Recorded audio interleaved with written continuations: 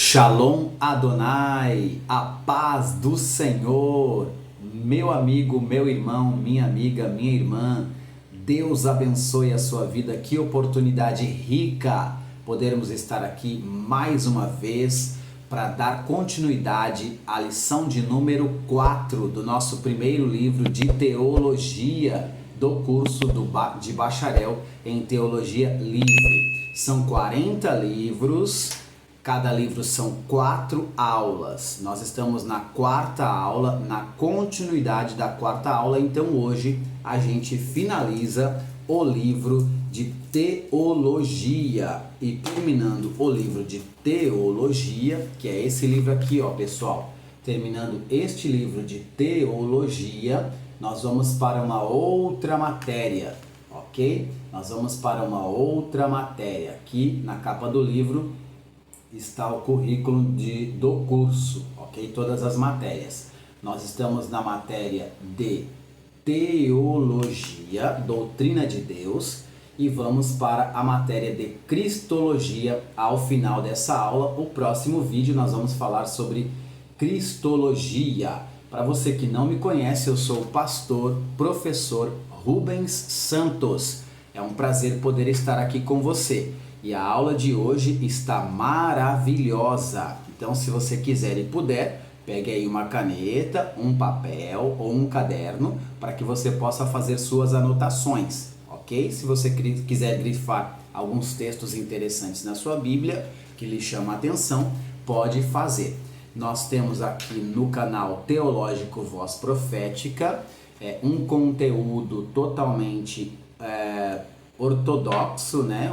Uma fé correta, porque nós interpretamos a Bíblia conforme ela é, não falamos nada além do que a Bíblia diz e nem a menos. Procuramos falar exatamente o que a Bíblia está dizendo, ok? Nós costumamos dizer que temos 4 guias: o Espírito Santo, a Bíblia, o livro didático e a nossa inteligência. Nesses 4 guias a gente vai seguindo o conteúdo programático e vamos trazendo para você conhecimento, informação, né? Conhecimento, informação, e podemos trazer através do conhecimento transformação de pensamento e até de vida, porque a palavra de Deus é vida, e através do conhecimento, da informação, podemos trazer formação. Então, se você aprender todas as matérias, você vai ter informação. Mas como é que eu faço para ter formação, para eu me formar em teologia? É fácil, simples e prático. Basta você adquirir os nossos livros, ok? São 40 livros do curso de bacharel, 30 livros do nível médio e 20 livros do nível básico, ok? Então você vai ter este livro aqui, ó. Você vai ter este outro livro que é a martiologia, soteriologia, cristologia, você vai ter angelologia. Olha aqui, pessoal, ó, são vários livros para que você possa seguir. Ao final do livro, você vai fazer uma prova. Você vai fazer uma prova, ok? E aí, feito a prova, você vai enviar para nós, para o Itadesp, e aí você vai receber o seu lindo certificado comprovado, né, que você fez o curso com histórico, com as suas notas, reconhecido em cartório, tá? É reconhecido em cartório, pessoal, e reconhecido nas igrejas Assembleias de Deus em todo o Brasil, tá bom? São vários livros. Então você adquirindo o livro, você se matriculando, você faz a prova. Fazendo a prova, pessoal, fazendo a prova, você vai receber o seu lindo certificado, tá vendo aí? Você vai receber o seu lindo certificado e vai receber também uma carteirinha. E essa carteirinha vai provar que você é um estudante onde quer que você chegar, essa credencial. E essa carteirinha também, em algumas livrarias evangélicas, você vai receber desconto na compra de livros. O certificado tem validade ministerial, né? Para o ministério, você que tem vocação para o ministério, para a obra missionária, ele é válido, ok? É um curso totalmente livre vocacional, é um curso maravilhoso. Nós temos todas as matérias. É muito bom você ter essa formação teológica. Para que eu pudesse ter a minha formação teológica, eu paguei um preço muito alto. E eu estou dando de graça esse conteúdo para vocês através da internet ao longo da nossa caminhada. Adquirimos experiências por pesquisas, por frequentar aulas, né? Estivemos sentados na cadeira acadêmica para estar aqui, né? Buscamos da parte de Deus, o Espírito Santo nos traz revelações na medida que a gente vai cavando, né? O conhecimento bíblico, a gente vai descobrindo, tendo novas descobertas, revelações maravilhosas que eu quero estar compartilhando com vocês gratuitamente. O que eu paguei lá atrás um preço alto, eu estou entregando para vocês, fazendo uma entrega totalmente grátis. Então as aulas não são cobradas, ok?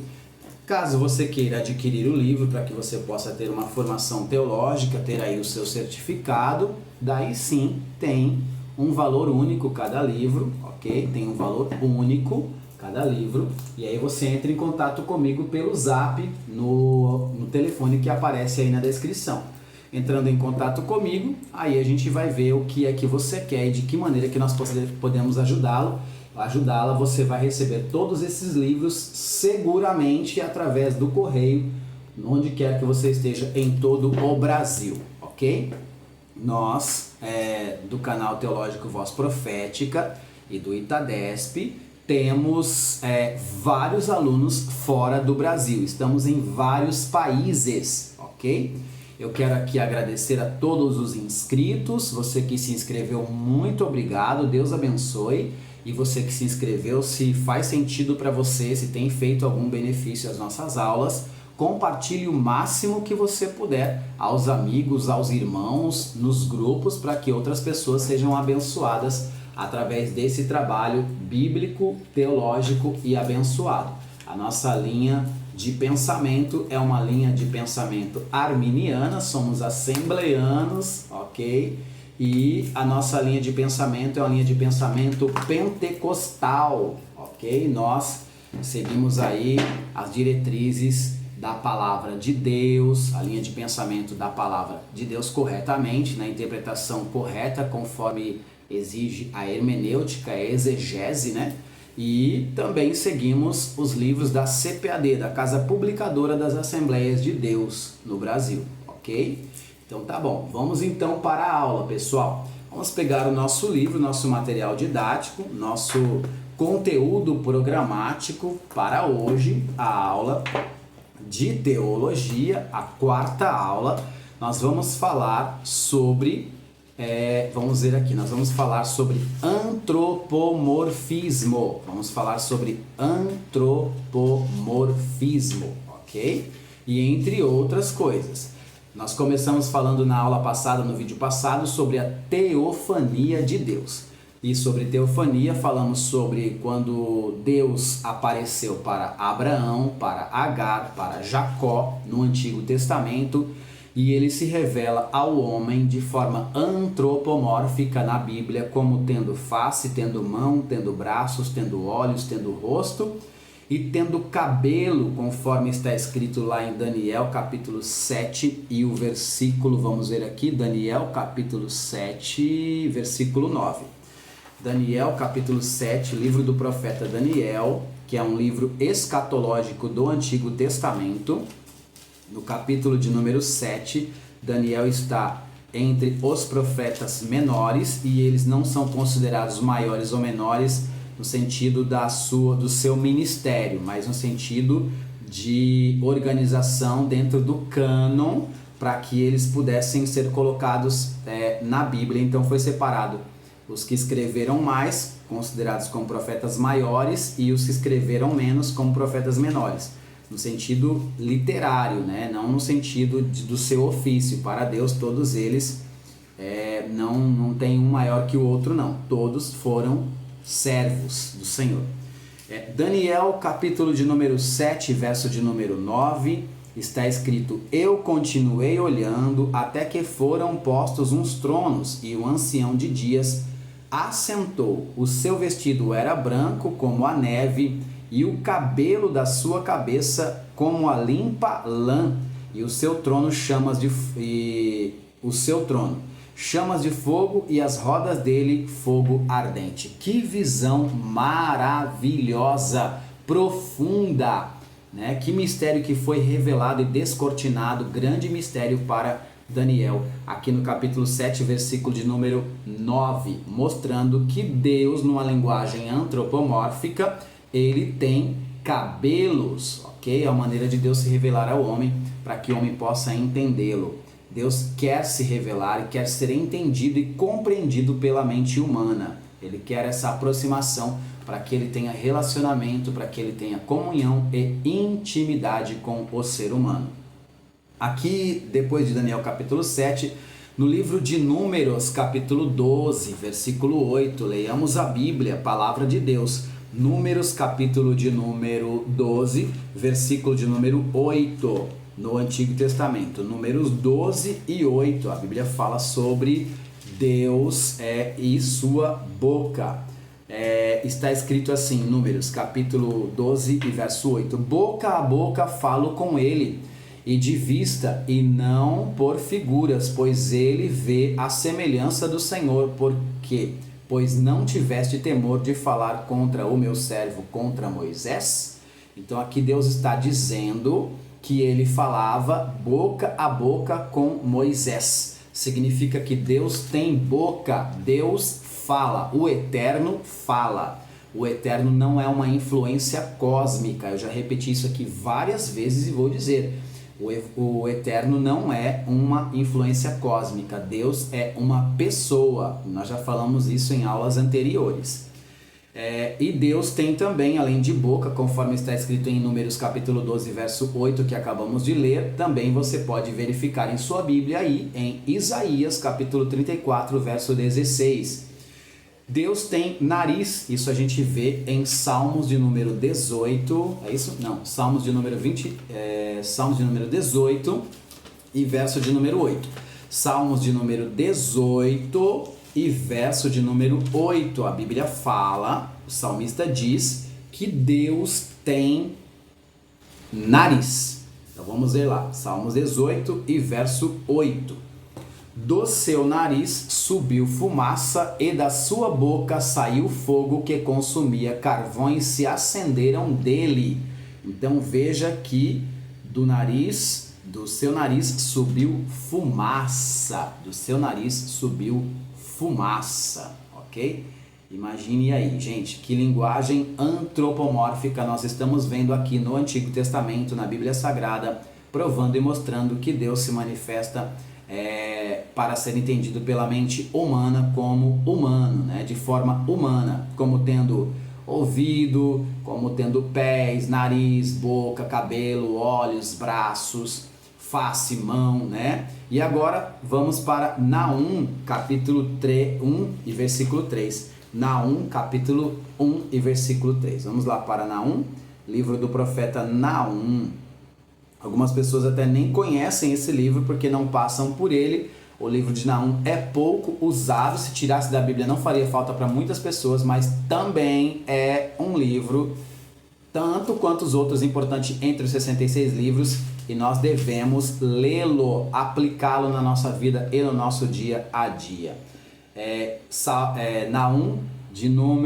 Naum, capítulo de número 1, deixa eu conferir aqui, é isso mesmo, 1 e verso 3. O Senhor é tardio em irar-se, mas grande em força, e ao culpado não tem por inocente. O Senhor tem o seu caminho na tormenta e na tempestade, e as nuvens são o pó dos seus pés. Então aqui mostra o profeta Naum falando no capítulo 1, verso 3, que Deus tem pés, ok? E que Deus é tardio em irar-se, né? Mas aqui a gente precisa grifar apenas essa parte, aí já é um outro assunto, que Deus tem pés, ele se revelando de forma antropomórfica na Bíblia Sagrada. Naum, capítulo 1, verso 3. Anote aí, esse versículo é uma chave importante e rica para o seu aprendizado e para que você possa desenvolver pregações aí em sua igreja.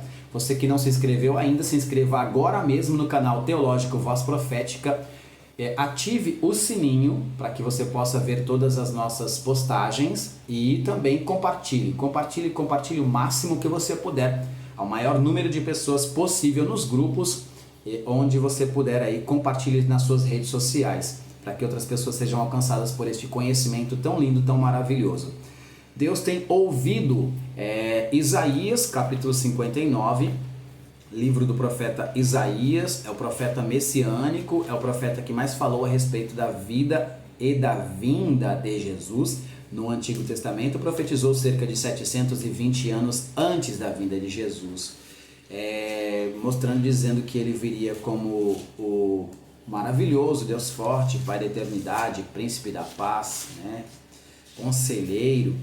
Isaías capítulo 59, versículo de número 1. Isaías 59, versículo de número 1. Se faz sentido para você este vídeo, este conhecimento bíblico e teológico, então compartilhe, curta o máximo que você puder aí. Você curtindo, você dando um joinha aí, o YouTube vai entender que esse vídeo ele é importante, interessante e relevante, portanto ele vai redistribuir para uma série de muitas outras pessoas além de você. Então, com um simples compartilhamento, um simples curtir, você está evangelizando, abençoando e edificando vidas. Não seja egocêntrico, seja cristocêntrico. Compartilhe agora, em nome de Jesus, meu amigo, companheiro, minha amiga, serva de Deus. Vamos lá então, Isaías capítulo de número 59, verso de número 1. É um texto bastante conhecido, mas a gente vai ler. Nunca é demais ler a Bíblia Sagrada. Eis que a mão do Senhor não está encolhida para que não possa salvar, e nem o seu ouvido agravado para não poder ouvir. Então a mão do Senhor não está encolhida. Então aqui está dizendo que ele tem mão e que ele tem ouvido, nem o seu ouvido agravado. Deus não é moco, Deus não é surdo, Deus ouve as nossas palavras, as nossas orações. Deus te ouve? Sim, Deus te ouve. Isso aqui é uma linguagem antropomórfica. Ainda que Deus é espírito, conforme está escrito em João capítulo 4, versículo 24, ele é um quando diz: há corpos celestes e espiritual. 1 Coríntios capítulo 15, versículos 40 e o 44. Necessariamente, portanto, o corpo de Deus é de ordem espiritual. Por que a gente fala isso? Para que as pessoas não pensem que o corpo de Deus é físico. Não, o corpo dele é espiritual. Mas ele se revela para que o homem possa entendê-lo de forma humana. Ele fala numa linguagem humana para que ele possa ser entendido e compreendido, assimilado pelos humanos. Senão fica uma linguagem distante e aí o ser humano não vai entender a boa, perfeita e agradável vontade de Deus e nem a sua poderosa manifestação. Então está claro aqui, antropomorfismo para você, ok? É um termo que indica Deus se revelando de forma humana para que seja entendido pela mente humana do homem. Simples assim, está definido. Vamos então para monoteísmo. O que é monoteísmo? O termo monoteísmo vem do grego e significa um só Deus ou único Deus. É uma crença de adoração ao único Deus verdadeiro. É exatamente diferente do politeísmo, que quer crer na existência de vários deuses. Então, o monoteísmo acredita em um único Deus. O politeísmo acredita em vários deuses. Nós não somos politeístas de jeito nenhum. Somos monoteístas, acreditamos em um único Deus. Portanto, exatamente por isso, é errado o que muitas pessoas sem conhecimento, até mesmo obreiros, pastores, oram em nome do Deus Pai, em nome do Deus Filho, em nome do Deus Espírito Santo. Quando a pessoa cita Deus Pai é um, Deus Filho é outro, Deus Espírito Santo é outro. A pessoa está citando 3 deuses. Então não existe Deus Pai, Deus Filho, Deus Espírito Santo. Não, é um só Deus em 3 pessoas. Então quando as pessoas falam isso, acham que estão falando certo, mas está confundindo, estão distorcendo o sentido da palavra. Ok? A intenção não é essa, mas acaba distorcendo. Então não é correto dizer e orar em nome de Deus Pai, Deus Filho e Deus Espírito Santo. Porque aí você está citando 3 deuses, você está deixando de ser monoteísta, está passando a ser politeísta, ok? Então, oramos em o nome de Jesus Cristo, sempre assim, em o nome de Jesus Cristo, ok? Se você falar em nome do Pai, do Filho e do Espírito Santo, fica mais fácil, mais entendível, mais correto do que você orar em nome do Deus Pai, do Deus Filho e do Deus Espírito Santo, como eu já vi pessoas, obreiros da Assembleia de Deus fazendo isso. Então, não é correto. Por falta de entendimento, aprendeu errado, ninguém orientou e por isso ele vai orando assim, né? Então, está distorcendo do monoteísmo para o politeísmo. Muito cuidado com isso, com essa expressão. Monoteísmo é de fato verdadeiro porque é bíblico. Como já vimos em outras notas de exposição, a Santa Trindade é constituída de 3 pessoas, Pai, Filho e Espírito Santo, sendo que os 3 são um só Deus. Não são 3 deuses, que é exatamente o que ensina o monoteísmo, ok? O monoteísmo tem se tornado uma crença universal. O cristianismo em geral está firmado no monoteísmo, ok?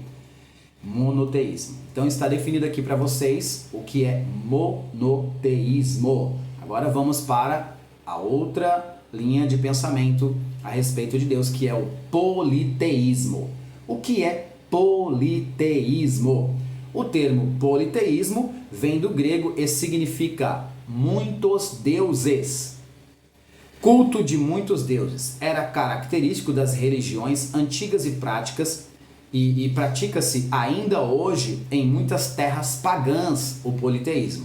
Baseia-se ele na ideia de que o universo é governado não por uma força só, mas sim por muitas, e de maneira que há um Deus da água, um Deus do fogo, um Deus da natureza, né, das montanhas, da guerra, e etc. e tal. E por aí vai. Foi esta consequência natural do paganismo que endeusou os objetos finitos e as forças naturais, conforme está escrito lá em Romanos capítulo 1, verso 25. Adoraram e serviram a criatura antes do Criador, ou seja, inverteram os valores. E jamais podemos fazer isso. A criatura jamais pode estar em primeiro lugar. Sempre o Criador é mais importante e é o único digno de ser adorado. Sempre. A natureza, a criatura, não. Adoramos ao Criador e não a criatura, em momento nenhum, ok?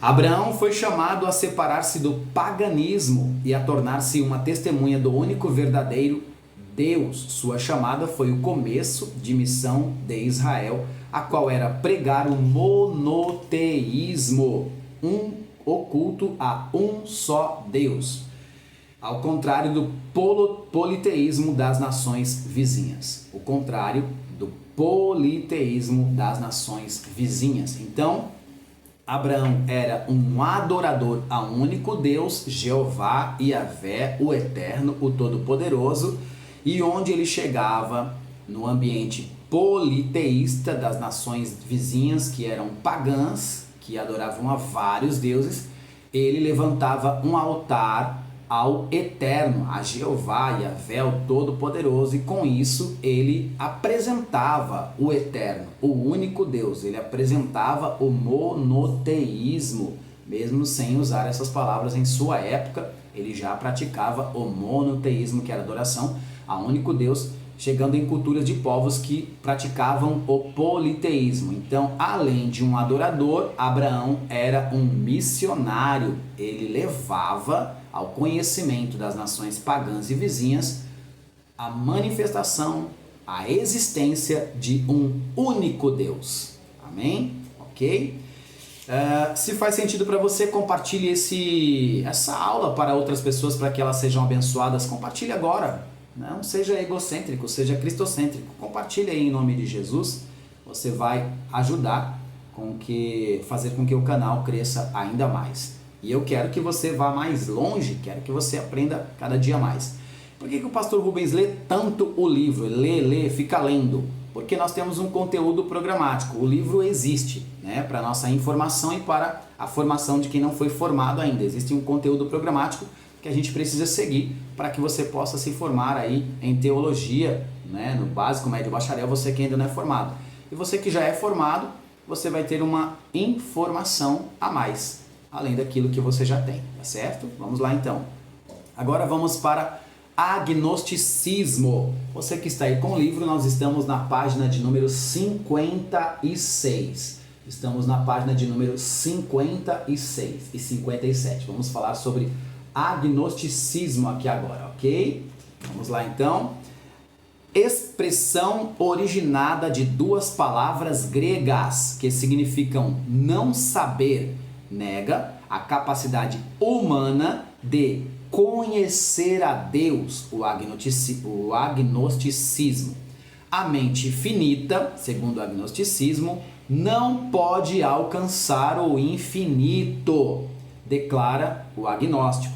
Mas o agnóstico não vê que há grande diferença entre conhecer a Deus no sentido absoluto e conhecer algumas coisas acerca de Deus.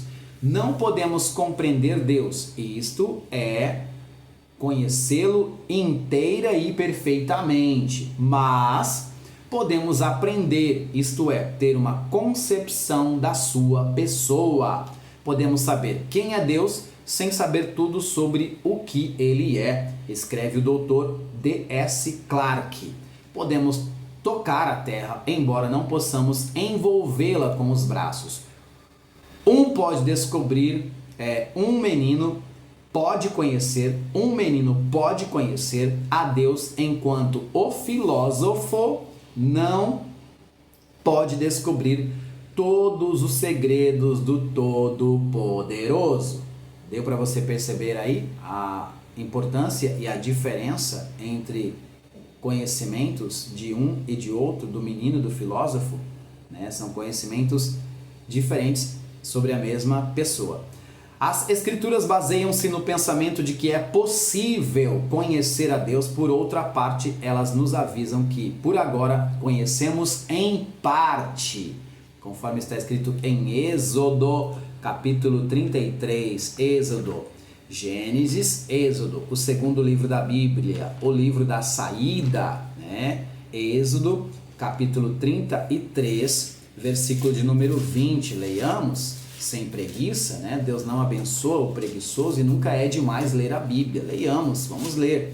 Ler a Bíblia para ser sábio, crer para ser salvo, praticar para ser santo. A Bíblia é o nosso livro de regra de fé e prática, né? Então nunca é demais ler a Bíblia.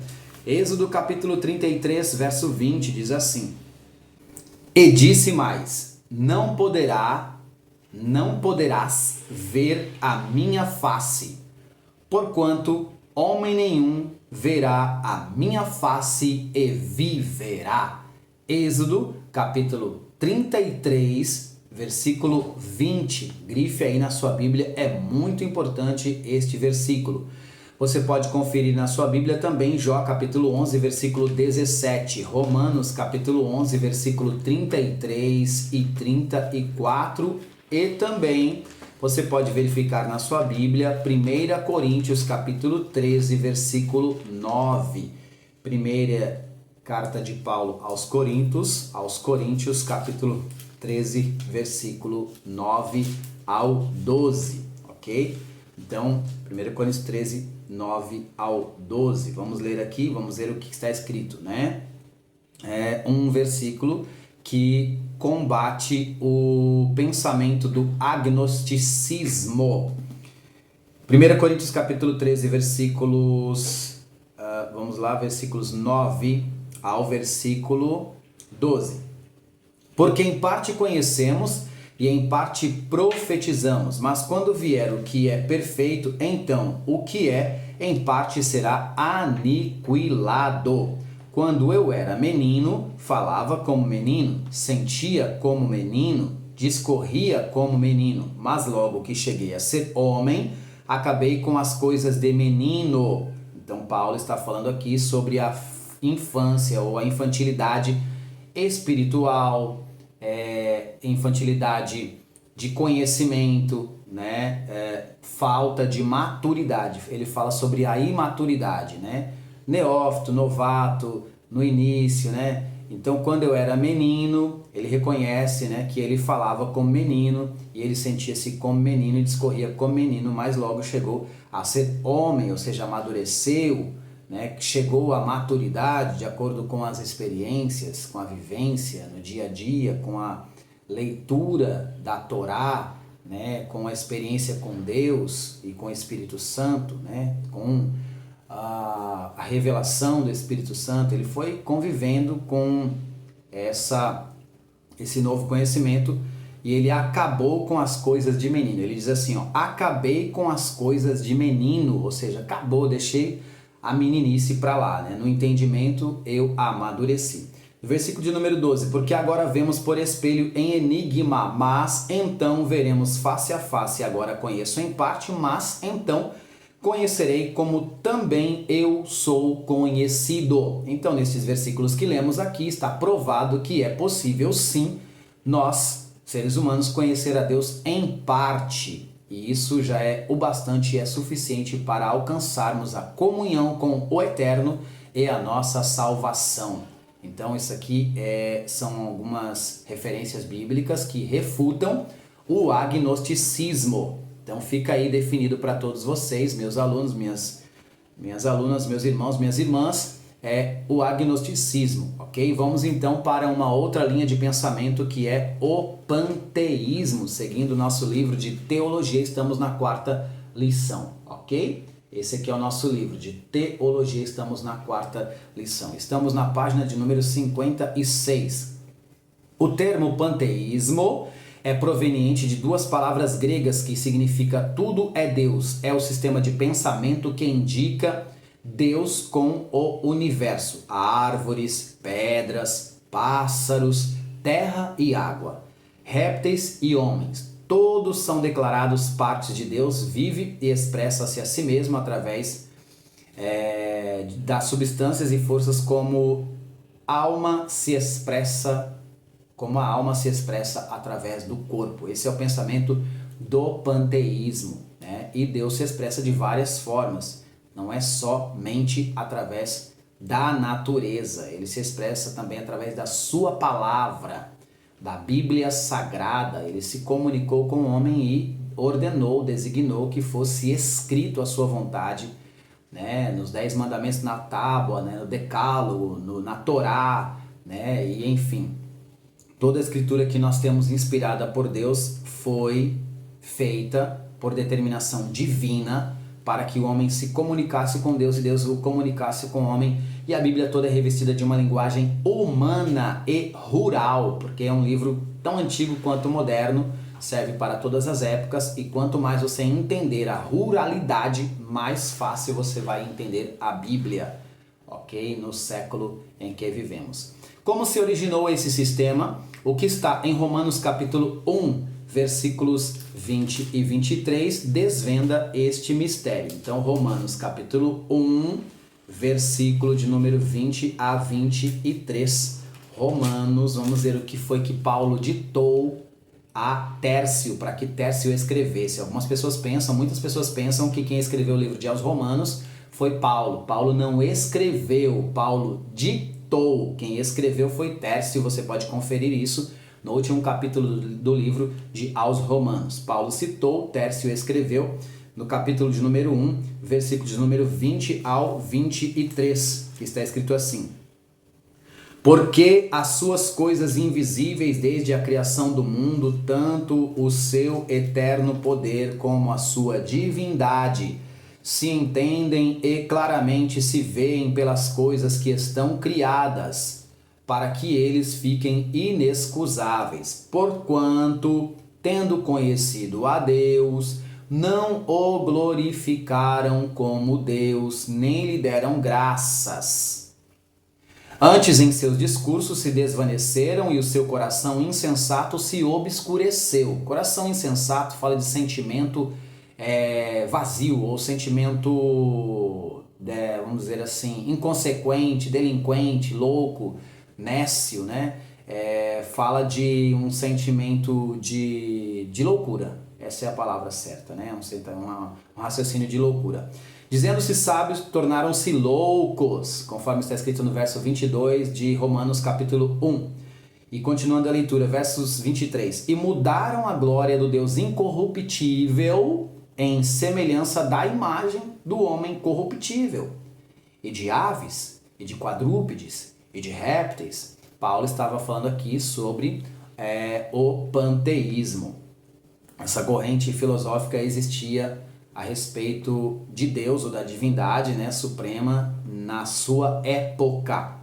Livro de Romanos capítulo 1, versículo 24 agora. Pelo que também Deus os entregou às concupiscências de seus corações, a imundícia, para desonrarem seus corpos entre si.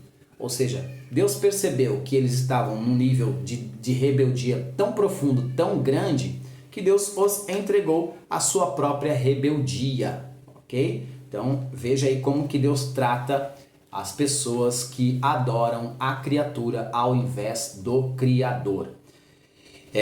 Vamos lá então. Pode ser que na penumbra do passado aos filósofos pagãos, havendo perdido de vista a Deus e expulsando-o de seus corações, tenham observado que era necessário achar alguma coisa que preenchesse seu lugar, visto que o homem procura sempre um objeto de culto, isso está intrínseco no homem, para preencher o lugar de Deus. Deve haver algo tão grande quanto o próprio Deus, e isso não existe, né? Então o homem pode se encher de tantas coisas e vai se sentir vazio ao mesmo tempo se ele não se ocupar da presença de Deus em seu ser. Havendo Deus se retirado do mundo, por que então não fazer do mundo Deus? Desta maneira arrazoaram os homens e assim se iniciou o culto às montanhas e árvores, aos homens e aos animais e a todas as forças da natureza. À primeira vista, essa adoração da natureza tem certa afeição lógica, mas leva a uma conclusão absurda. Pois se a árvore, a flor e a estrela são Deus, logo também devem ser o verme, o micróbio, o tigre e também o mais vil pecador. Uma conclusão absolutamente irrazoável. Então foi assim que se originou o sistema panteísta. O panteísmo confunde Deus com a natureza, mas a verdade é que o poema não é poeta, a arte não é o artista, a música não é o músico e a criação não é o Criador. Uma linda tradição judaica nos relata como Abraão observou essa distinção. Quando Abraão começou a refletir sobre a natureza de Deus, pensou primeiramente que as estrelas fossem divindades, por causa do seu brilho e formosura. Mas, quando percebeu que a lua as excedia em brilho, concluiu então que a lua era divindade. A luz da lua, porém, desvaneceu-se ante a luz do sol. Também desapareceu. Deve existir algo no mundo maior do que estas constelações, pensou Abraão. Desta maneira, do culto à natureza, ele se elevou ao culto ao Deus da natureza, né? Então, desta maneira, pensou Abraão, desta maneira, do culto à natureza, ele se elevou ao culto ao Deus da natureza. Por que podemos falar isso? Porque o pai de Abraão, Terá, fabricava deuses. Então Abraão veio de um contexto politeísta. E ele era monoteísta. Não adorava a outros deuses, nem a natureza, mas adorava ao verdadeiro Deus e ao Criador da natureza, Abraão. As Escrituras corrigem as ideias pervertidas do panteísmo. Ao ensinar que Deus é revelado mediante a natureza, fazem distinção entre Deus e a natureza. Os panteístas dizem que Deus é o universo. A Bíblia diz que Deus criou o universo. Entendeu a diferença agora? Onde se professa um panteísmo hoje? Primeiramente, entre alguns poetas que atribuem divindade à natureza. Fica até bonito o poema, mas não é correto. Em segundo lugar, é a filosofia básica da maior parte das religiões da Índia, as quais a citam para justificar a adoração de ídolos. Então, onde é que hoje se pratica o panteísmo no mundo? Em vários poemas e principalmente na Índia. Ou seja, na Índia eles adoram a vários deuses, a vários elementos da natureza. Adoram a criatura mais do que o Criador. Não será a árvore da qual se fez a imagem uma parte de Deus? Argumentam eles. Em terceiro lugar, a ciência cristã é uma forma de panteísmo porque um dos seus fundamentos é Deus é tudo e tudo é Deus. Tecnicamente falando, é panteísmo idealista, porque ensina que tudo é mente ou ideia e que, por conseguinte, a toda matéria falta realidade. Então, é isso que professa o panteísmo hoje, ok? Então, você tem aí as referências bíblicas para refutar esse pensamento panteísta, é totalmente antibíblico, ok? Não se adora a criatura e sim ao Criador. Amém? Vamos seguindo então, vamos falar agora sobre deísmo. Admite que haja um Deus pessoal que criou o mundo, mas insiste em que depois da criação, Deus o entregou para ser governado pelas leis naturais. Em outras palavras, ele deu corda ao mundo, como quem dá corda a um relógio e o deixou sem mais cuidado da sua parte. Dessa maneira, não será possível haver nenhuma revelação e nenhum milagre. Segundo o deísmo, esse sistema às vezes chama-se racionalismo, porque eleva a razão à posição de supremo guia em assuntos de religião. Também se descreve como religião natural, como oposta à religião revelada. Tal sistema é refutado pelas evidências da inspiração da Bíblia e as evidências das obras de Deus na história. Estamos falando sobre deísmo. A ideia acerca de Deus propagada pelo deísta é unilateral. As Escrituras ensinam duas importantes verdades concernentes à relação de Deus para com o mundo. Primeira, sua transcendência, que significa sua separação do mundo e do homem e sua exaltação sobre eles. Então vamos lá. Isaías capítulo 6 e versículo de número 1. Citação bíblica aqui no canal Teológico Voz Profética. Você está recebendo agora gratuitamente aula de teologia. Estamos no primeiro livro, a quarta lição. Estamos na página de número 58, ok? Seja bem-vindo ao canal Teológico Voz Profética. Para você que ainda não me conhece, eu sou o professor pastor Rubens Santos. É um prazer, uma satisfação tê-lo aqui no canal. Se você não se inscreveu ainda, se inscreva agora mesmo. Compartilhe com o máximo possível de pessoas para que você possa ser aí um agente missionário, um agente, da obra de Deus. Vamos compartilhar, não vamos ser egocêntricos não, vamos ser cristocêntricos, vamos compartilhar aí o máximo possível nos grupos agora mesmo para que o canal possa crescer, essa obra, esse trabalho maravilhoso possa crescer e as pessoas sejam edificadas espiritualmente através da palavra de Deus, do conhecimento bíblico e teológico. Isaías capítulo 6, versículo de número 1. No ano em que morreu o rei Uzias, eu vi ao Senhor assentado sobre um alto e sublime trono, e o seu séquito enchia o templo. Então, aqui fala sobre onde Deus está, sobre a sua grandeza, a relação de Deus para com o homem. As Escrituras ensinam duas importantes verdades concernente à relação de Deus para com o mundo. Primeiro, a sua transcendência, ou seja, Deus é transcendental, ele está acima de tudo e de todos, né? E ao mesmo tempo ele é imanente, fala sobre a sua imanência. Então Deus é transcendental e imanente ao mesmo tempo.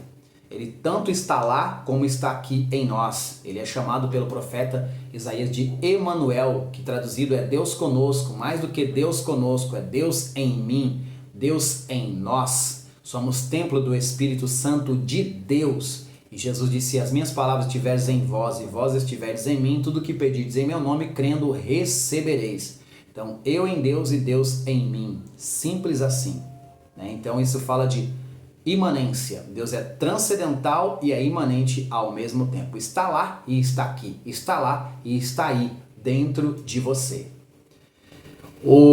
Vamos lá, continuando. Segundo a sua imanência, que significa sua presença no mundo e sua aproximação do homem. Atos dos Apóstolos, capítulo de número 17, versículo de número 28. Atos dos Apóstolos, capítulo 17, versículo de número 28. Vamos ver o que a Bíblia fala sobre a sua imanência, né? Atos 17 e 28. Atos 17 e 28. Vamos lá.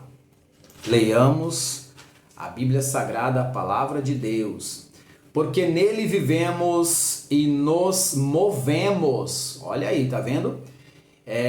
E existimos, como também alguns dos vossos poetas disseram, pois somos também sua geração. Então, nele vivemos e nele nos movemos. Então, Deus é a vida da nossa vida. É Ele que nos move.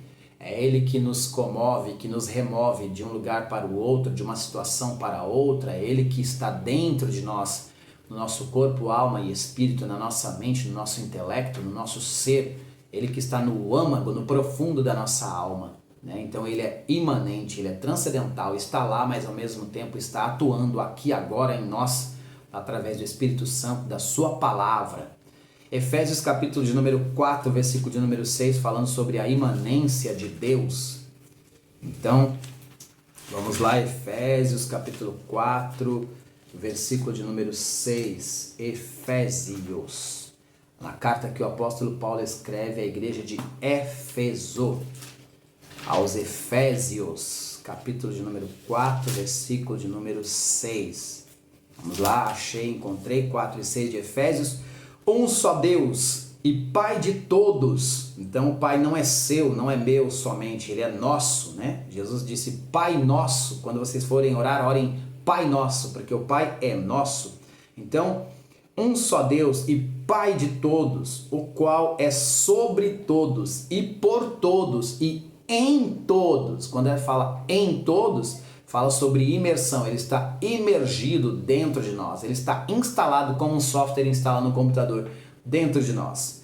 Quando nós recebemos a Deus e a Jesus, nós recebemos Deus em nós, né? Somos habitação de Deus na sua essência, na sua profundidade, na sua plenitude, dentro daquilo que a gente pode, né, receber a presença de Deus, porque a presença de Deus é tão maravilhosa, tão poderosa, tão impactante, que se Ele se manifestar a sua presença, o nosso corpo, ele não resiste. Nosso corpo, ele é corruptível, é um corpo material, essa matéria não resiste à grandeza, à glória dele. Então ele está em nós, mas nós teremos nosso corpo transformado. O que é corruptível se revestirá da incorruptibilidade, e aí sim, lá nós conseguiríamos resistir uma glória maior quando nós passarmos dessa vida para outra e estivermos com o Senhor para sempre, eternamente. Essa é a nossa esperança, uma esperança verdadeira, né? Real, uma realidade que estará acontecendo na nossa vida após a morte, seja ela como for, né? E também aqueles que forem vivos, não forem mortos, forem arrebatados, trasladados daqui para lá, do aquém para o além, né? É isso aí, gente. Que bênção, que bênção. Glória a Deus. Louvado seja Deus para todo o sempre. O deísmo acentua demais a primeira verdade, enquanto o panteísmo encarece demais a segunda, né? Então, o deísmo acentua demais a transcendência, enquanto que o panteísmo acentua demais a imanência. Deus de fato está separado do mundo e acima do mundo. Por outro lado, ele está no mundo, né? Ele está lá e está aqui. Deus se influencia sim, Deus se interfere sim na história da humanidade, com certeza. Apesar dele estar olhando de lá para cá, ele também atua predominantemente ele é vivo e ativo no planeta Terra e na vida de todas aquelas pessoas que creem no seu poder e no seu nome, né? E também ele acaba entrando na vida de pessoas que não o conhecem para que ele seja conhecido. Então Deus usa o homem para salvar o homem. Tanto é que o verbo se fez carne, o infinito se finitizou, o ilimitado se limitou para que nós pudéssemos entendê-lo e compreendê-lo. Ele enviou seu Filho para estar conosco e o Filho enviou o Espírito Santo para revelar ao homem e convencer o homem do pecado, da morte e do juízo e revelar Jesus aos homens. Então Jesus veio revelar Deus aos homens e o Espírito Santo veio revelar Jesus aos homens, mostrar o caminho da salvação. O Espírito Santo é quem convence o homem do pecado, da morte e do juízo e leva ao arrependimento, claro, né? A pessoa vai entender claramente isso. Eu era cego, hoje eu enxergo, né? O que Jesus fez por mim. Eu não via, hoje eu vejo, eu não percebia, hoje eu percebo, eu não sentia, hoje eu sinto. Quem faz isso é o Espírito Santo, ele age, interage na vida das pessoas. Ele enviou seu Filho para estar conosco e o Filho enviou o Espírito Santo para estar em nós. Desta maneira, a doutrina da Trindade evita os dois extremos, a transcendência e a imanência. A pergunta, está Deus preparado para o mundo ou está Deus separado do mundo? A pergunta, está Deus separado do mundo ou está no mundo? A Bíblia responde, ele está tanto separado do mundo como também está no mundo. Então, está respondida aí sobre deísmo, ok? Falamos sobre panteísmo e agora vamos para o ateísmo. O sentido etimológico do termo ateísmo é não de Deus. É uma negativa franca e positiva da existência de Deus. A designação não é evidentemente aplicada à mera ignorância da existência de Deus. Um ateu dogmático é aquele que se presume informado quanto às reivindicações teístas, mas nega enfaticamente a existência de Deus. É possível que um ateu consistente jamais tenha existido. Ele é um indivíduo esporádico que forçou a intuição e a razão para fora do equilíbrio numa tentativa de defender uma premissa negativa adotada. O homem não pode e, portanto, não se ajusta sempre completamente a conclusões lógicas do ateísmo. Caso ele se ajuste, não apenas repudiaria a Deus, todos os valores morais e a realidade espiritual, como também repudiaria a constituição humana do seu lado imaterial. Para o ateu consistente não poderia haver mente, nem consciência, nem moralidade, nem sensibilidade, nem vontade. Portanto, o ateu é mais um objeto teórico do que prático. O próprio ateu, quando se propõe a combater a existência divina, está simplesmente provando que Deus existe. Pois, como se combater aquilo que não existe? Então, o ateu acredita que Deus não existe. Se ele acredita, ele é crente. Ele crê, ele tem fé. Então o ateu é crente, porque ele acredita que Deus não existe.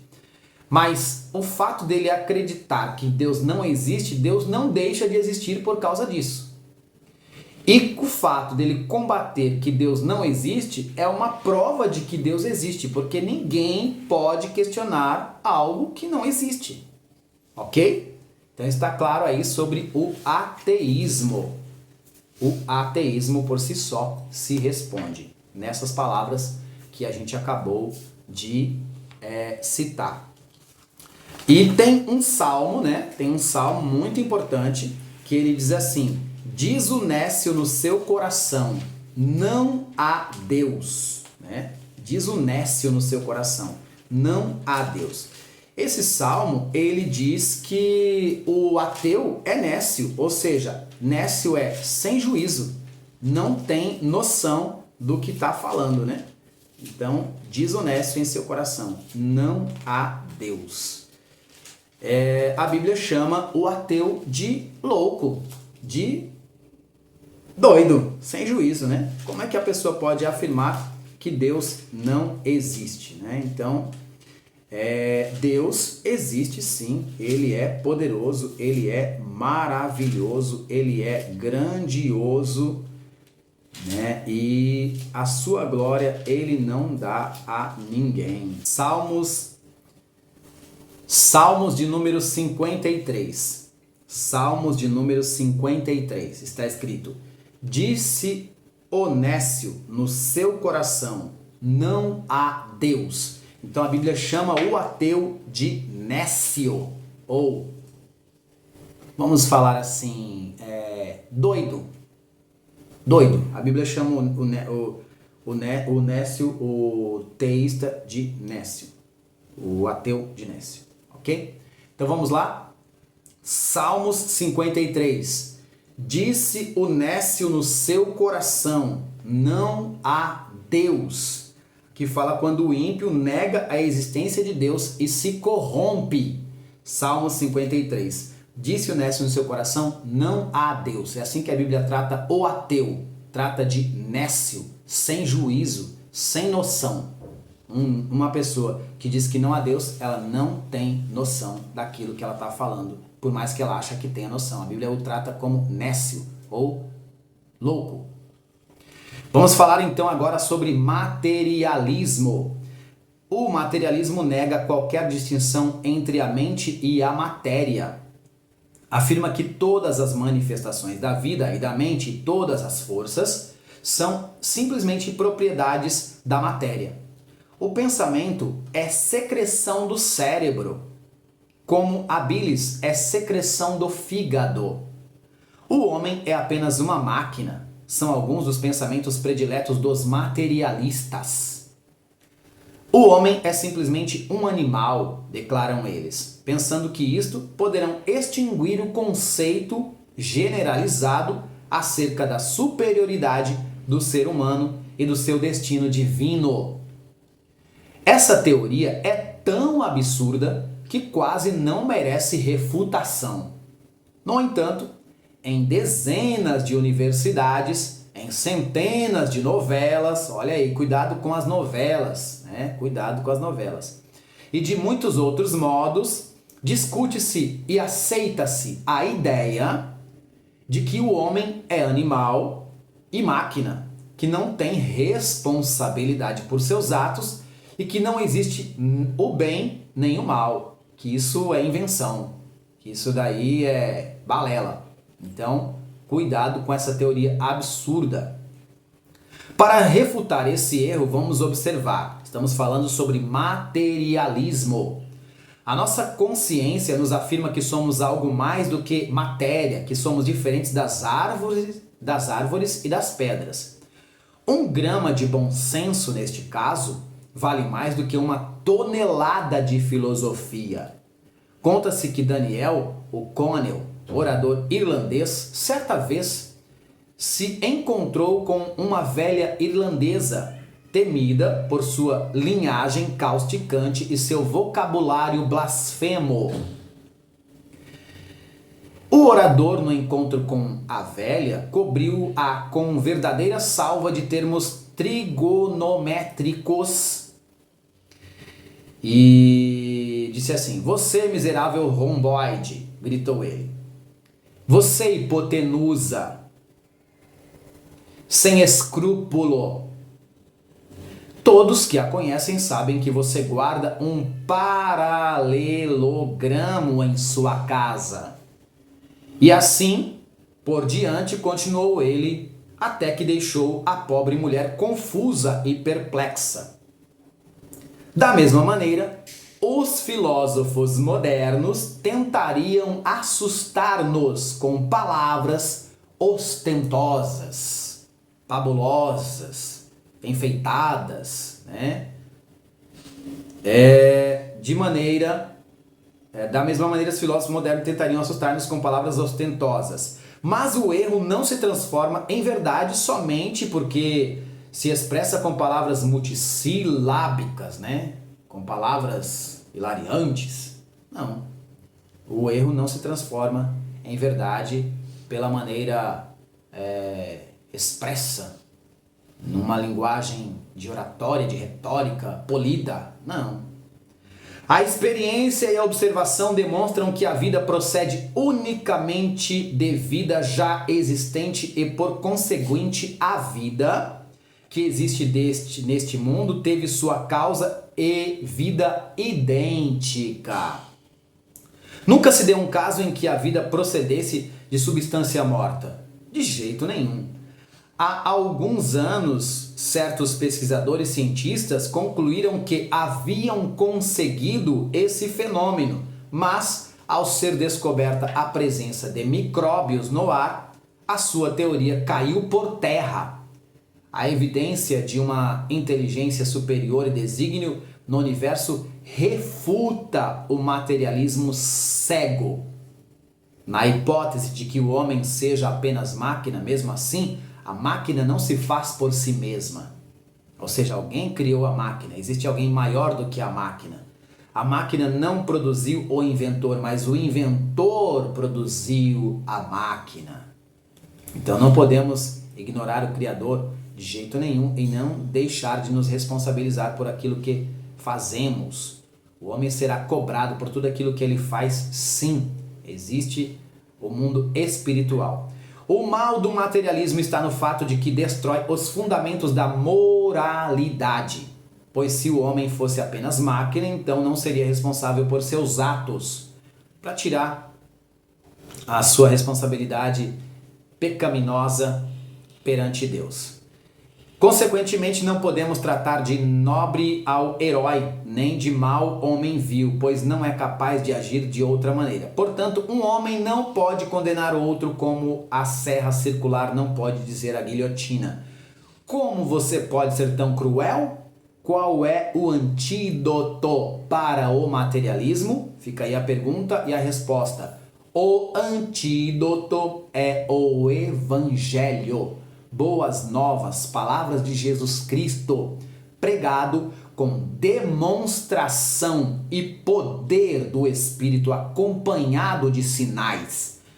Então observe o que está sendo falado aqui, gente, irmãos, amigos, companheiros, o Evangelho pregado com demonstração de vivência e poder do Espírito, acompanhado dos sinais. Então, quando Jesus realizava sinais, era para que as pessoas vissem o poder do Evangelho.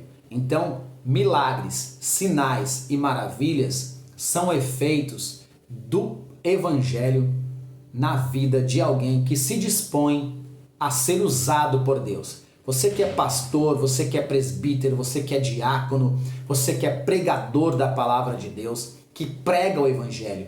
Em primeiro lugar, vivamos o Evangelho, experimentemos toda a experiência dele e repassemos o que recebemos, do Senhor. Eu recebi do Senhor o que também vos ensinei, disse o apóstolo Paulo. Então, primeiro eu recebo da parte de Deus e depois eu transmito e retransmito ao meu interlocutor, ao povo, ao meu receptor, às pessoas que me ouvem.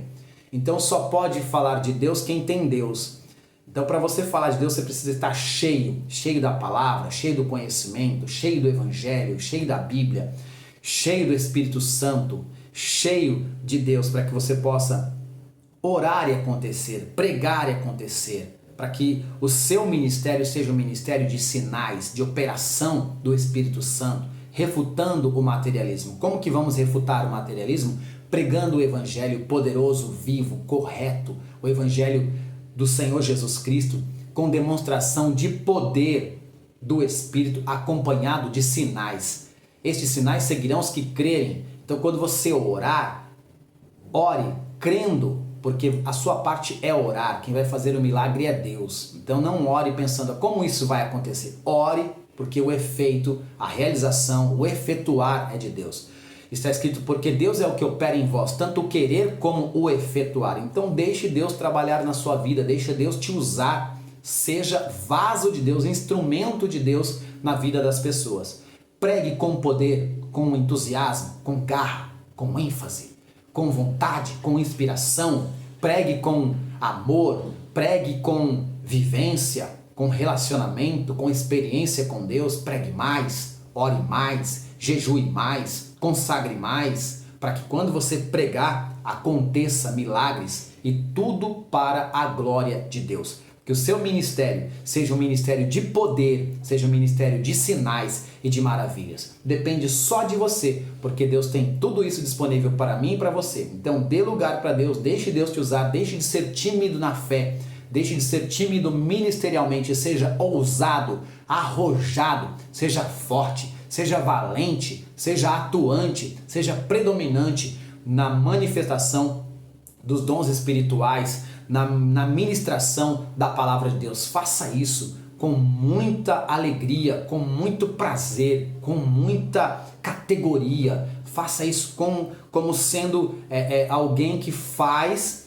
em nome de Jesus e que tem prazer em ser usado por Ele, ok? Então é dessa maneira que nós vamos combater o materialismo. O materialista vai olhar e ele vai ter que acreditar no poder do Deus que você serve, no poder do Evangelho, no poder da palavra de Deus e do Deus da palavra. Amém? Vamos então para a página de número 63 do livro. Você que não adquiriu o livro ainda, adquira agora mesmo. Você que quer ter uma formação teológica, inscreva-se no canal, você que não se inscreveu ainda, e entre em contato conosco para que você possa adquirir o livro. São 40 livros do Bacharel em Teologia, curso Bacharel em Teologia livre. 30 livros do médio e 20 livros do básico. Página 63. O Deus verdadeiro que o mundo não conhece. O mundo religioso não conhecia o verdadeiro Deus. Paulo, quando chegou em Atenas, na Grécia, ficou chocado ante a volumosa idolatria e a quantidade de santuários feitos de refinados mármores, né? Aqueles altares grandes, luxuosos, dedicados aos mais variados tipos de deuses. Ali no panteísmo, em Atenas, tinha ali no Areópago, né? Ali no panteísmo não, ali no Areópago tinha vários deuses, né? Era uma adoração a vários deuses, deuses para todo tipo de gosto, né?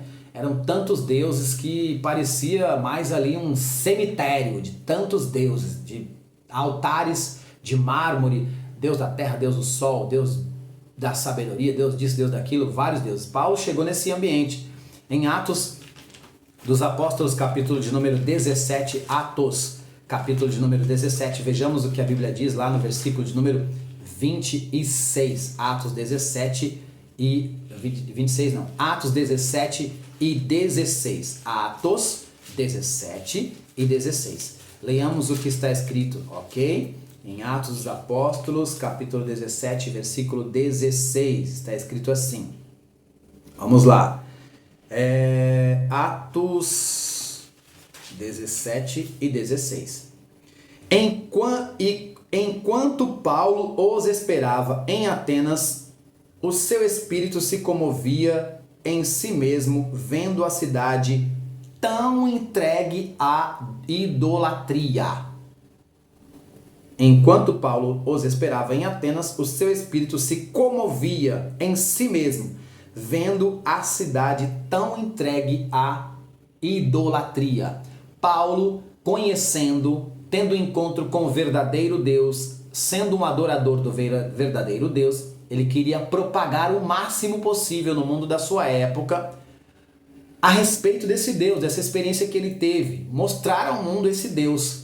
E ele chegou em Atenas, ele viu uma idolatria muito grande, ele ficou comovido em si mesmo pela idolatria tamanha, gigantesca que ele viu ali em Atenas, no Areópago.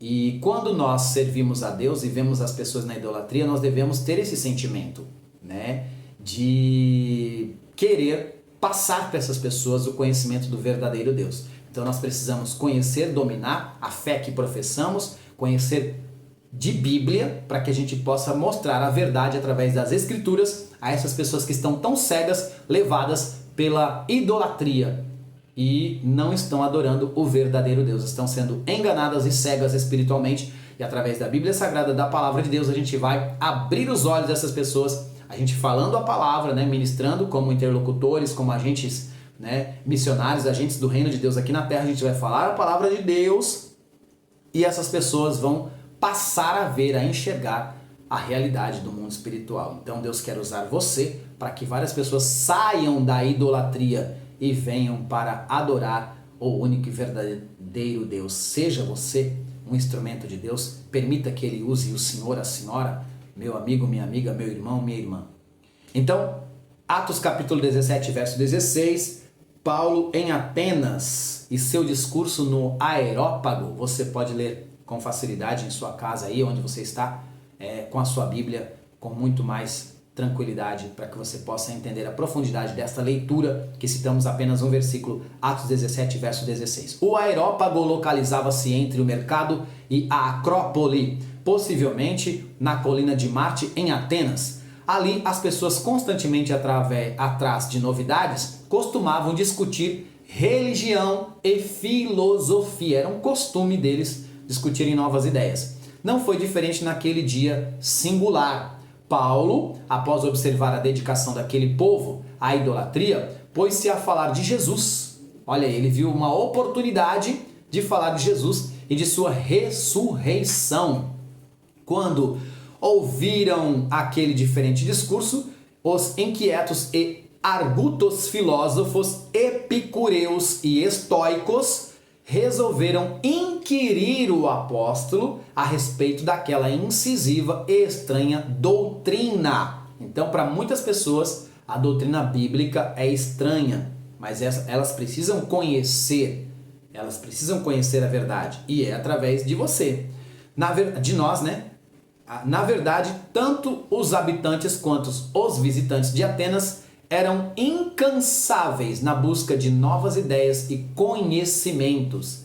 E hoje não é diferente. Quantas pessoas estão ligadas e voltadas, tendenciosas à idolatria, estão procurando a verdade em livros, em várias outras fontes, e não encontraram ainda a verdadeira fonte? Porque talvez alguém não falou a ela, como eu e você, o senhor e a senhora, nós deveríamos falar e podemos falar. Então vamos falar? Vamos pregar? Vamos levar essa verdade a mais pessoas? Faça isso agora mesmo. Compartilhe com o máximo de pessoas para que pessoas alcancem essa palavra poderosa e verdadeira e tenham um conhecimento do verdadeiro Deus. Então Paulo, ele foi evangelizar em Atenas entre os filósofos. Então Deus usa tanto o indouto, o leigo, como o doutor, né? Dependendo do público, ele leva e conduz a pessoa para falar ali com aquele público no nível que eles possam entender. Por isso é importante você adquirir conhecimento, para que quando uma pessoa for questionar você a respeito da sua fé, você saiba como lidar com isso e como responder à altura, para que ele possa entender que você é um conhecedor da palavra de Deus. Como o apóstolo Paulo disse a Timóteo, procura apresentar-te a Deus como obreiro aprovado, que não tem de que se envergonhar, que maneja bem a espada da verdade. O Deus verdadeiro que o mundo não conhece, página 63. Agora vamos falar sobre um Deus também desconhecido em nossos dias, ok? Como nos tempos do apóstolo Paulo. Hoje, defrontamos com a mesma ignorância espiritual. Não é errado ser ignorante. Errado é ignorar a ignorância. Aí sim é errado. O mundo moderno está repleto de religiões, seitas e filosofias. Entretanto, à medida que o conhecimento humano se multiplica nos mais variados ramos da ciência, mais o homem se afasta de Deus, nutrindo o pensamento de poder viver independente mente dele. Então, cada vez que passa, cada dia que passa, a gente percebe que o mundo está se distanciando de Deus, tirando Deus da sua vida, da sua rotina, do seu dia a dia. A gente percebe isso, que o mundo está se distanciando de Deus a propósito. E essa é a ideia do anticristo, para que as pessoas se afastem de Deus e não valorizem a palavra de Deus, para que quando ele chegue, a ideologia dele já está instalada no mundo e ele seja aceito de braços abertos. E aí, inversão de valores, o errado é o certo e o certo é errado, e aí o mundo virando de ponta cabeça, e isso é um sinal da volta de Cristo. Esta inclinação para o pecado que mantém o homem afastado do seu Criador. Quanto mais o homem peca, o pecado distancia o homem de Deus, mais o homem vai se afastando do Criador, mais rebelde ele fica, mais vai piorando o mundo vai ficando cada vez mais egoísta, né? Então não podemos nos influenciar pelo mundo. Deus nos chamou para influenciar o mundo. Não ameis o mundo nem o que no mundo há. Quem ama o mundo, o amor do Pai não está nele. Então vamos nos desmundanizar e vamos nos cristificar. Cristo em mim, Cristo em você, Cristo em nós. Cada dia mais. Os cristãos foram chamados de cristãos pela primeira vez em Antioquia porque eles pareciam com Cristo. A semelhança de Cristo. Quem anda com Cristo, quem vive com Cristo, quem convive com Cristo, começa com o tempo a parecer Cristo, se comportar como Cristo. Como Jesus se comportaria num caso como este, ou numa situação como esta? O que Jesus faria? É o que nós devemos perguntar, quando estivermos lidando com situações conflitantes e que temos que tomar uma decisão, para que nós possamos parecer como Cristo. O apóstolo Paulo disse: sede meus imitadores, como eu sou de Cristo. Amém? A natureza pecaminosa enraizada no ser humano manifesta-se em inimizade contra Deus, porquanto a inclinação da carne é inimizade contra Deus.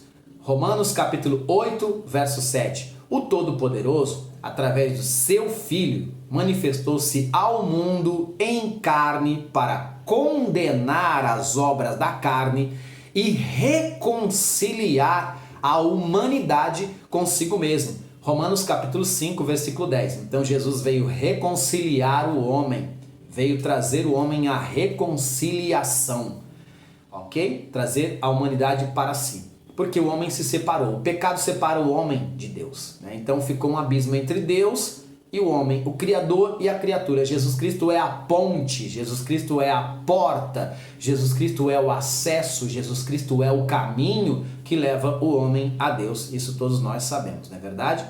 Então vamos para o outro assunto, página de número 65, motivos para crer em Deus. Estamos na 4ª lição da matéria de teologia. Aproveitando sutilmente o ensejo daquele momento, Paulo desafia os atenienses a conhecerem ao Deus desconhecido, ou Theos absconditos no grego, que de antemão, mesmo na ignorância, o honravam. Naquele categórico discurso, o apóstolo exaltou as principais características do Criador. Mediante essas características, encontramos provas que motivam ainda mais a nossa crença em Deus. A realidade da ansiedade de Deus, a realidade da aceidade de Deus, ok? A realidade da aceidade de Deus. A realidade da aceidade de Deus. O termo aceidade refere-se ao atributo de Deus concernente à sua autoexistência. O apóstolo Paulo, no Areópago, apresentou o Senhor como um ser transcendente, isto é, que não habita em templos feitos por mãos de homens. Os atenienses imaginavam que os deuses dos muitos templos existentes nas proximidades do Areópago habitavam naqueles locais representados pelas muitas estátuas e imagem, mas Paulo declarou que o Deus verdadeiro não pode ser mensurado pelos homens. Ele é Deus do céu e da terra, portanto, o Criador de tudo. ele não é simplesmente uma ideia, energia ou qualquer coisa abstrata. Ele é real. O autor da Epístola aos Hebreus escreveu que aquele que se aproxima de Deus é necessário que creia que ele existe e que é galardoador daqueles que o buscam. Hebreus capítulo 11, versículo 6. Portanto, Deus é um ser perfeito e pessoal que tem uma existência real.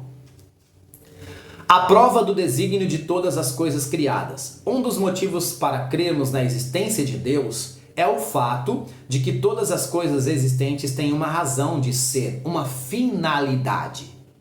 Tudo tem um desígnio certo, o que evidencia a existência de um plano e propósito no universo. Todas as coisas existentes no universo foram por Deus criados com um propósito prévio conforme o desígnio divino. Conforme nós podemos ler o que está escrito em Salmos 19 e verso de número 1. Salmos 19 e versos de número 1. Salmos 19 e 1. Leiamos. Vamos lá? Salmos 19 e 1. Está escrito assim: os céus manifestam a glória de Deus, e o firmamento anuncia a obra das suas mãos. Diz assim: os céus manifestam a glória de Deus, e o fundamento, diz assim, os céus manifestam a glória de Deus, e o firmamento anuncia a obra das suas mãos. Salmos 19 e 1, ok? O estabelecimento do mundo e a nossa criação estavam previamente nos desígnios eternos do Pai. Amém? Então está aí. A crença universal em Deus. A crença universal na existência de Deus é praticamente tão difundida quanto a própria raça humana, embora muitas vezes se manifeste em forma pervertida ou grotesca e revestida de ideias supersticiosas. Esta opinião tem sido contestada por alguns que argumentam existirem raças que não têm a menor concepção de Deus. Mas o Sr. G. Vons, autoridade no assunto de raças e religiões comparadas, diz que esta opinião, como é do conhecimento de todos os antropólogos, já foi o limbo das controvérsias mortas. Todos concordam que não existem raças, por mais primitivas que sejam, totalmente destituídas da concepção religiosa. Embora alguém cite exceções, sabemos que exceção não inutiliza a regra. Por exemplo, se fossem encontrados alguns seres humanos inteiramente destituídos de todo o sentimento humano e compaixão, isso não serviria de base para dizer que o homem é essencialmente uma criatura destituída de sentimentos. A presença de cegos no mundo não prova que todos os homens são cegos, não é verdade? Como disse William Evans, o fato de certas nações não conhecerem a tabuada de multiplicação não afeta a aritmética. Como se originou esta crença universal? A maior parte dos ateus parece imaginar que um grupo de teólogos se tenha reunido em sessão secreta na qual inventaram a ideia de Deus, a qual depois apresentaram ao povo. Mas os teólogos não inventaram Deus, como também os astrônomos não inventaram as estrelas, nem os botânicos as flores.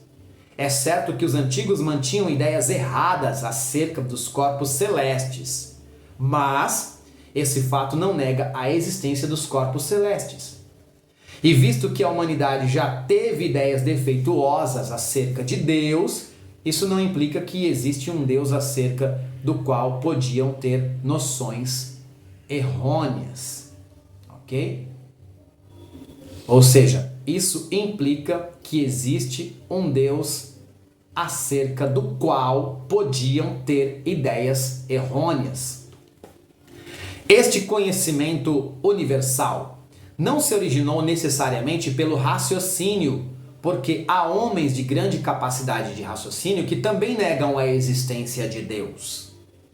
Mas é evidente que o mesmo Deus que fez a natureza com suas maravilhas, fez também o homem dotado de capacidade para observar através da natureza o seu Criador. Porquanto, o que se pode conhecer de Deus neles está manifesto, pois Deus lhe o manifestou, as perfeições invisíveis dele, o seu poder eterno e a sua divindade claramente se vêem desde a criação do mundo, sendo percebidas pelas suas obras, conforme Romanos capítulo 1, versículos 19 e 20. Romanos capítulo 1, versículo 19 e 20. Leiamos Romanos 1, 19 e 20. O que a Bíblia diz sobre isso? Diz assim, gente, porquanto o que de Deus se pode conhecer neles se manifesta, porque Deus lhe o manifestou. Porque as suas coisas invisíveis desde a criação do mundo, tanto o seu eterno poder como a sua divindade se entendem e claramente se veem pelas coisas que estão criadas, para que eles fiquem inexcusáveis. Verso 21. Portanto, ou porquanto, tendo conhecido a Deus, não o glorificaram como Deus, nem lhe deram graças, antes em seus discursos se desvaneceram e o seu coração insensato se obscureceu. O pecado fez embaçar a sua visão. Perderam de vista a Deus e, em vez de ver a Deus através da criatura, desprezaram-no pela ignorância e adoraram a criatura. Foi desta maneira que começou a idolatria, mas até isto começou a idolatria. Mas até isto prova que o homem é a criatura adoradora que forçosamente procura um objeto de culto. Esta crença universal em Deus é prova de quê? É prova de que a natureza do homem é de tal maneira constituída que é capaz de compreender e apreciar essa ideia, como expressou certo escritor. O homem é incuravelmente religioso, que no sentido mais amplo inclui a aceitação do fato da existência de um ser acima das forças da natureza, um sentimento de dependência de Deus como quem domina o destino do homem. Este sentimento é despertado pelo pensamento de sua própria debilidade e pequenez e pela magnitude do universo. A convicção de que se pode efetuar uma união amistosa e que nesta união ele, o homem, achará segurança e felicidade. Desta maneira, vemos que o homem, por sua natureza, é constituído para crer na existência de Deus, para confiar na sua bondade e para adorar em sua presença. Este sentimento religioso não se encontra nas escrituras inferiores. Por exemplo, perderia seu tempo quem procurasse ensinar religião ao mais elevado dos tipos de símios. Mas o mais inferior dos homens pode ser instruído nas coisas de Deus. Por quê? Falta ao animal a natureza religiosa. Não é feito à imagem de Deus. O homem possui natureza religiosa e procura um objeto de adoração. Moral da história. Finalizando, para fechar o quadro, Deus existe, ok? Deus existe sim. E aqui, na página de número 69, encerramos esta matéria. Vimos que o termo teologia vem de duas palavras gregas, que significa estudo ou doutrina de Deus. Neste livro vimos e você aprendeu 5 argumentos que provam a existência de Deus. Aprendemos que Deus criou a Terra em 6 dias e que no primeiro dia da criação Deus criou a luz cósmica. Vimos ainda que Deus criou no primeiro dia a luz, no segundo no primeiro dia Deus criou a luz, no segundo os mares, depois no terceiro dia as árvores, no quarto dia o sol e a lua e as estrelas. No quinto dia Deus criou os peixes, aves, animais e répteis. No sexto dia Deus criou a obra-prima, o homem. Também você aprendeu que Deus é autoexistente, isto é, existente em si mesmo. Aprendemos que Deus tem qualidades de personalidades que são forma, imagem, nome, pessoa, vontade e fala. Vimos ainda que Deus tem características de divindade, pois Ele é criador, eterno, imortal, imutável e espírito. Ainda aprendemos neste livro, nesta lição, que Deus tem 3 áreas de uma personalidade: sentimento, vontade e intelecto. Vimos também que Deus tem 7 atributos naturais, que são onisciência, onipresença, onipotência, eternidade, imutabilidade, infinitude e unicidade. Aprendemos nesta lição, neste livro de teologia, que os atributos morais de Deus são fidelidade, amor, justiça, bondade, santidade e misericórdia. Você viu ainda que Deus tem vários nomes e que o mais conhecido dentre eles é o El Shaddai, ou seja, Deus Todo-Poderoso em hebraico. Aprendemos também que a Santa Trindade é composta de 3 pessoas distintas em uma só divindade e que o Pai, Filho e Espírito Santo são um único Deus. Vimos também que o sentido antropomórfico, Deus tem mãos, braços, olhos e etc. Você viu também que o politeísmo é a crença em vários deuses e que o panteísmo ensina que Deus criou o mundo, mas que após a criação, Deus entregou para ser governada pelas leis naturais. E você aprendeu a refutação ao panteísmo. Vimos aqui nesta lição, neste livro, que o agnosticismo nega a capacidade humana de conhecer a Deus.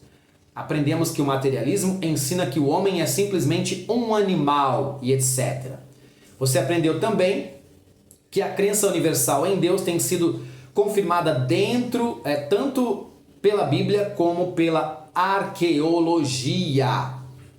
Vimos também que uma evidência que é provado pela Bíblia e pela crença que o dia longo de Josué foi um milagre de Deus.